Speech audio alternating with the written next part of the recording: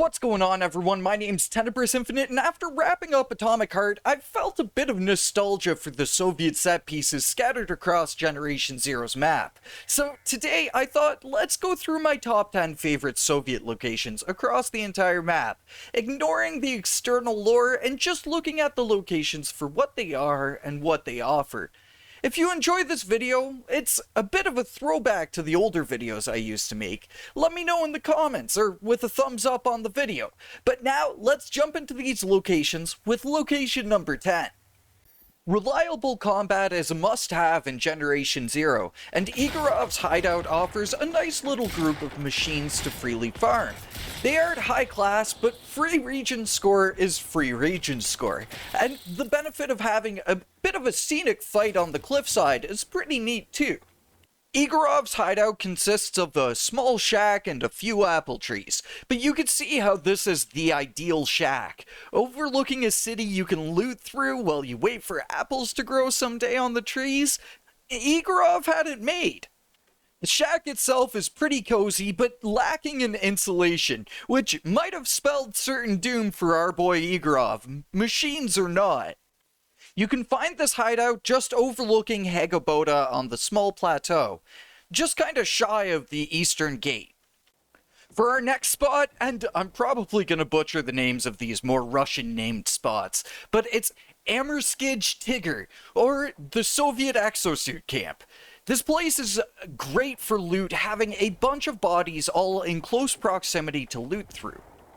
These are free adrenaline, man! It's a shame they couldn't offer better medkits, but the adren farming is real at this spot. Plus, a side hope of mine is that someday we could get a third exosuit. The ones these dudes are rocking, cause they look sick, and they'd look even better on our character, I think. This spot's also got some of the most extreme sunbeams. It's really nice if you enjoy the lighting of GZ. You can find Amerskij just north of Garpamar. It's a little easy to miss, so make sure you look out for the small tent sticking out to find it. For the third spot on the list, good old Babaroga. This secretive little Soviet camp is hidden in the woods to conduct research on Phoenix, and even though the fight is a little wimpy and there isn't that much loot here, it's an intriguing little spot and one I hope we'll see more of, with the type of loot you can only find in Soviet camps. I use this spot to gather EMP cells on new worlds, actually. Outside of the couple chances from runners, you also get sure spawns in the form of these EMP landmines the Soviets have put together. These are sweet, and I hope someday we'll find a camp full of them so we can farm EMP cells en masse. Till then, coming to this spot every once in a while isn't a bad idea when using a new world to farm fresh spawns of items. You can find Babaroga just on the hill overlooking the road to Hagaboda. Again, this one's a little hidden away, which I think is kinda cool about these Soviet locations. For our fourth spot, we're coming from the small locations to one of the biggest on the list, Elga and Fedyanka landing zones. This joint landing zone shows just how intensive the Soviets were when invading, planning out strikes on maps that you can use to find further Soviet locations. A great form of world building. But the coolest part of this spot is not just one Soviet location, but the both of them together.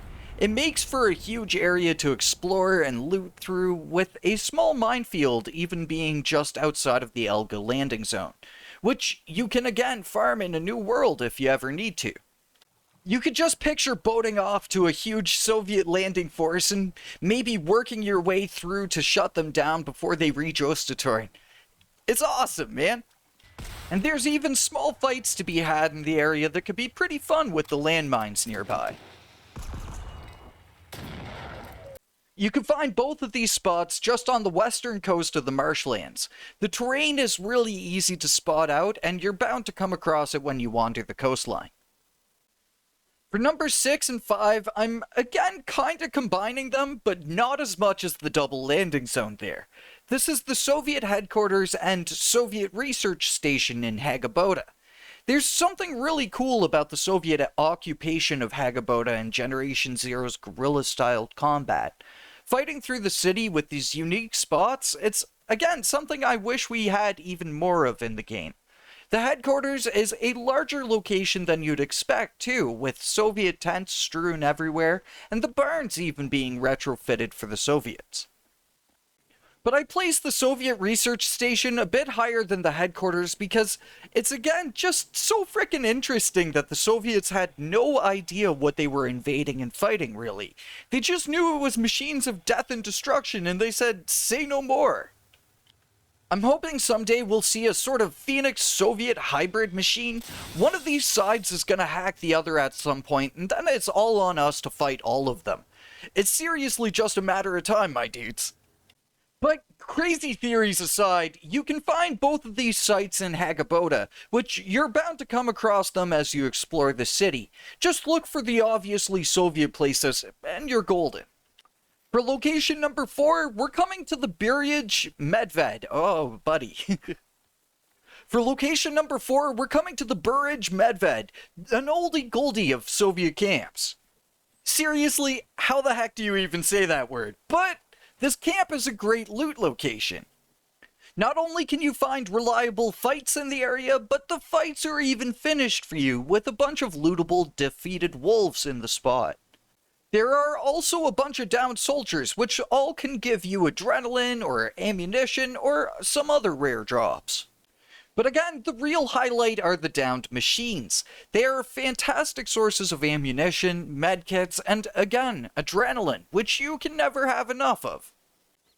You can find Burridge in the middle of the marshlands, just on the road heading from Normira to Stenmira. Now, this next location doesn't make it because it's got great loot, though there are good chances of a solid fight in the area. It's more so because of nostalgia, man. This was the first Soviet landing spot to show up on the map, and because of that, I have a lot of really fond memories discovering this place and just being gobstruck by the Soviet hovercraft.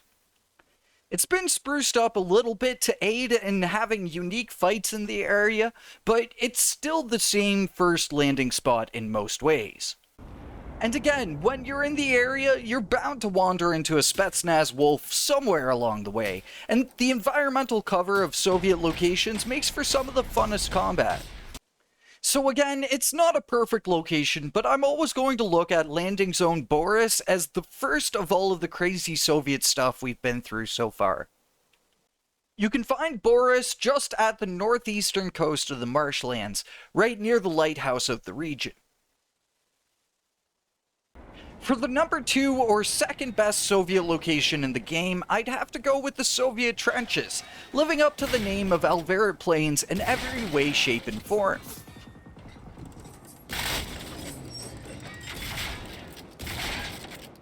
Absolutely filled with reliable fights and spawns, you can use these trenches alone to max out your region score with a bit of dedicated farming. And the trenches themselves ain't too shabby either. They're a great design of trenches in construction kind of thing, and they have quite a few bodies strewn in and about them for you to loot. But one of my favorite set pieces is this machine gunner guy. It'd be too cool to have emplaced heavy LMGs to actually use against the machines. But the trenches design is just a fantastic area to fight in, and again, living up to the reliable combat of the region it's in. You could find the trenches just right smack dab in Alvera Plains. Look for St. Anna Church maybe to guide you, but you could also follow the funky terrain that you see on the map. And for the last location, I had to give it to the best location in the map to farm Firebirds. Copper Buria Castle is one of my favorite spots to come to find these bird boyos, but it's not just great for that, though we'll get to the farming in a second. It's also a really inspiring castle ruins area. The way we can explore these ruins is one of the best locations in the entire game, even outside of the whole Soviet thing here. I love how you could climb up into the ramparts and fight anything you could see for like a 4-kilometer radius. And again, farming Firebirds, you get some pretty reliable spots across the map, but nothing's like the wide visibility you get from Copper Buria here. You also have the best terrain to fight them in. Clear overhead visibility with tall structures to defend yourself with. Reliable fights in an area built for the fights to happen in. You can't get better than that.